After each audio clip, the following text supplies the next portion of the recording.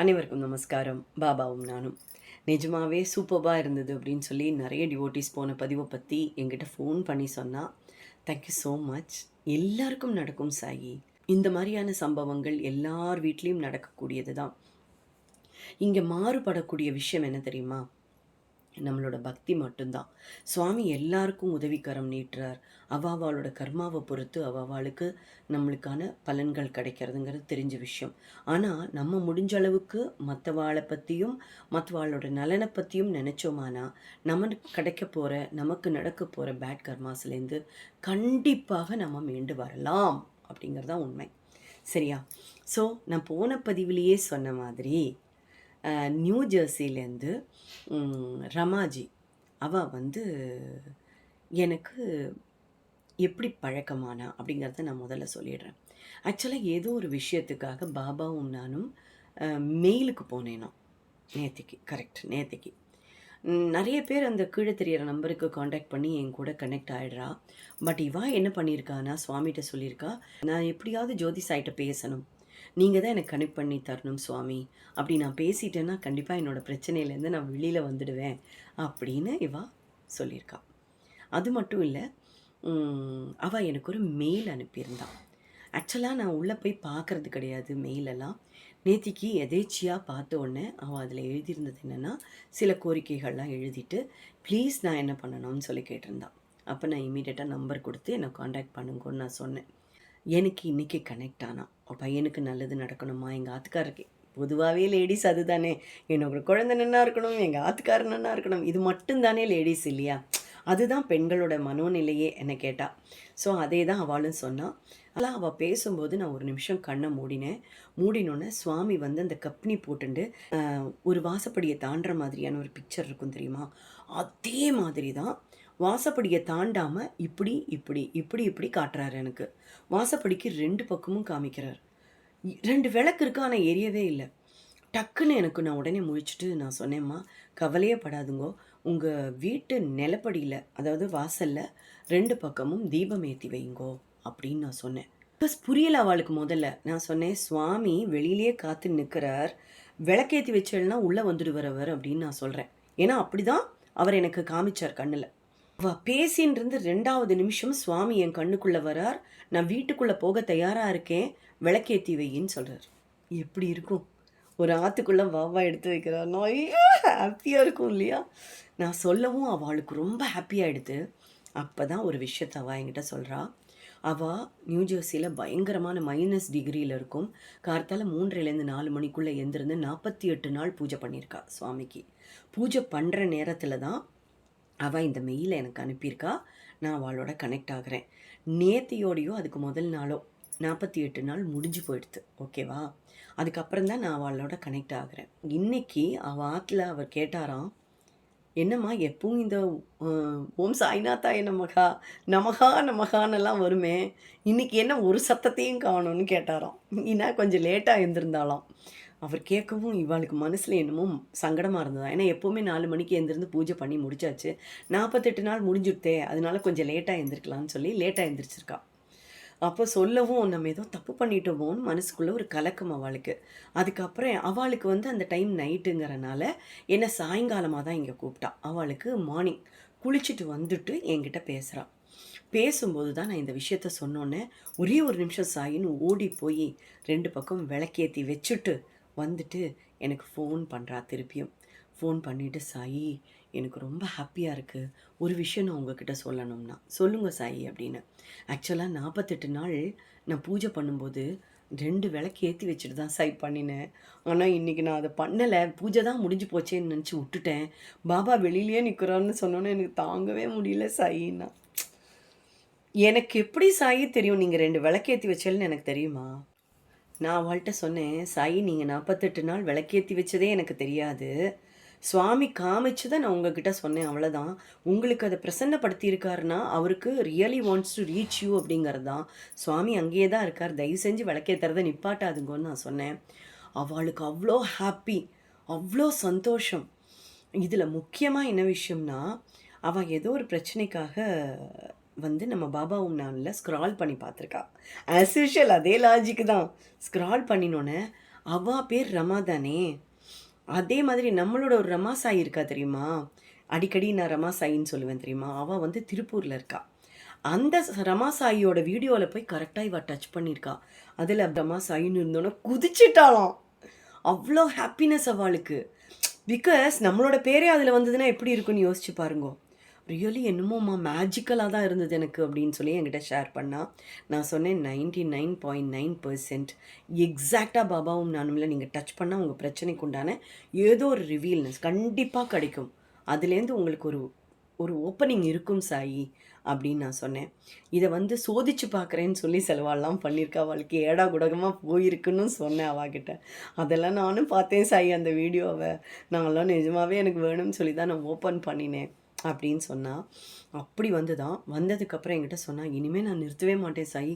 கண்டிப்பா அந்த 2 பக்கமும் நான் விளக்கேத்தி வைப்பேன் ரெகுலரா" அப்படின்னு. சுவாமி எல்லா இடத்துலயும் விளக்கேத்தி வச்சா அவருக்கு ரொம்ப பிடிக்கும் ஆக்சுவலா. அப்போ அவ வீட்ல அவர் அழகா இப்படி என்டர் ஆகுற மாரி நிக்கிறார். 2 பக்கமும் பார்க்குறார். விளக்கு ஏத்தியிருக்கான்னு.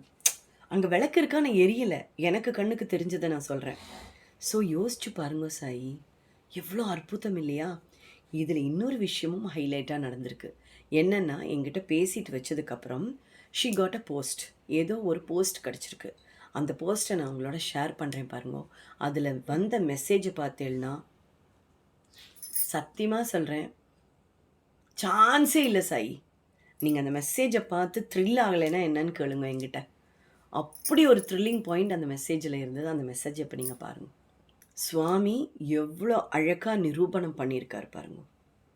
அந்த ரமா சாயே பேசி ஒரு ஆடியோ கிளிப் ஒன்று அனுப்பியிருக்கா. அவள் பேசினதையும் நீங்கள் கேளுங்க. ஓம் சாய்ராம். ஜோதிமா, உங்கள் வீடியோஸ் கொஞ்சம் காலமாக பார்த்துட்ருக்கேன்.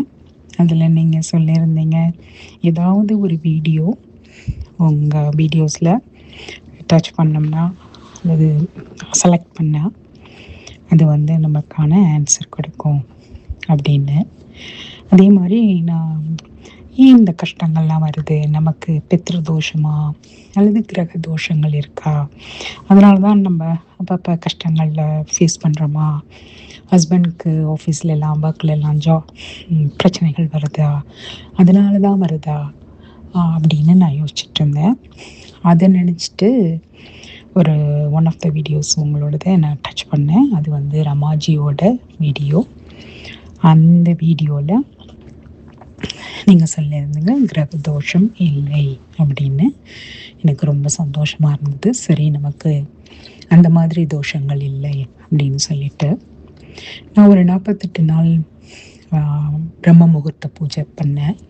அப்போ வாசலில் 2 விளக்கு ஏற்றி வைப்பேன், வீட்டுக்குள்ளேயும் ஏற்றி வைப்பேன். அது 48 நாள் முடிஞ்சோன்னே நான் ஸ்டாப் பண்ணிட்டேன். பிரம்ம முகூர்த்த பூஜையை முடிச்சிட்டேன். அப்போ தான் உங்களுக்கு முடிச்சுட்டு மறுநாள் கால் பண்ணேன். அப்போது நீங்கள் சொன்னீங்க, பாபா வாசலில் நிற்கிறாரு, கால் உள்ளே எடுத்து வைக்கிறதுக்கு பார்க்குறாரு, 2 விளக்க தேடுறாரு, ஏன் விளக்கு ஏற்றுறதில்ல அப்படின்னு நீங்கள் கேட்டீங்க. எனக்கு ரொம்ப ஷாக்கிங்காக இருந்தது. ஏன்னா நான் உங்கள்கிட்ட சொல்லக்கூட இல்லை, நான் விளக்கேற்றுறேன், நான் பூஜை பண்ணுறேன், அதெல்லாம் விளக்கேற்றினேன், வாசலில் வச்சுருந்தேன் அப்படிலாம். எனக்கு ரொம்ப டச்சிங் ஆகிடுச்சு. பயங்கரமான ஒரு மிரக்கல் இது. அதனால் திருப்பி நான் வாசலில் 2 விளக்கு ஸ்டார்ட் பண்ணிட்டேன், பூஜையும் பண்ணிகிட்ருக்கேன். Thank you so much for your ப்ரேயர்ஸ்மா. உங்களுடைய உதி பூஜையும் 108 டேஸ்க்கு சக்ஸஸ்ஃபுல்லாக ஆகணும்னு நான் பாபாஸ் பிளெஸிங்கோட விருப்பப்படுறேன். Thank you so much for your prayers. Thank you so much for your kind service to the human beings. அதாவது எல்லாருக்கும் கேட்டோன்னே கிடைக்குமான்னு எனக்கு தெரியாது சாயி. எனக்கு சுவாமி சொன்னாதான் நான் சொல்ல முடியும். என்னால் மேனிப்புலேட் பண்ணி சொல்ல முடியாது. நிறைய டிவோட்டிஸ் என்கிட்ட சொன்னது, எனக்கு சொல்லுங்க சாயி, எனக்கு சொல்லுங்க சாயி. வந்தால் நான் வச்சுட்டு வஞ்சனையாக பண்ண போகிறேன் சாயி, சுவாமி காமிச்சா நான் சொல்ல போகிறேன். எனக்கு எப்படி சாயி, அவள் எங்கேயோ யூஎஸ்ஏல இருக்கா, அவள் வீட்டில் என்ன நடந்ததுன்னு எனக்கு தெரியுமா? தெரியாது. சுவாமி எனக்கு காமிச்சார் அந்த காட்சியை. சிலப்போ வந்து சொல்லுவர், இங்கே பாரு, அவ கூட பத்திரமாரு, பேசாத, அவள் ரொம்ப நல்ல பொண்ணு, அவள் சொல்கிறதுல 2 மட்டும் பொய், இப்படியெல்லாம் சொல்லிட்டு போவார், காமெடி பண்ணுவார். அவள் சொல்கிறது உண்மைதான் அப்படின்னு நிரூபிக்கிற மாதிரியான பல விஷயங்களையும் செஞ்சுருக்கார். சரியா? என்ன நடக்க போகிறதுங்கிறத பற்றியும் முன்கூட்டியே சொல்லியிருக்கார். பட் எல்லாருக்கும் நடக்கிறதானா இல்லை. சுவாமி என்கிட்ட சொன்னால் நான் சொல்லுவேன், அவ்வளோதான் சாய். இவ்வளோதான். ரொம்ப சிம்பிள். நான் வச்சுண்டு வஞ்சனையெல்லாம் பண்ணலை சாய். அப்படின்னா எனக்கு கேட்டோன்னு சுவாமி எனக்கு அருள்வாக்கு கொடுத்துருக்கணும்ல, இல்லையே. புரியறதா நான் சொல்கிறது?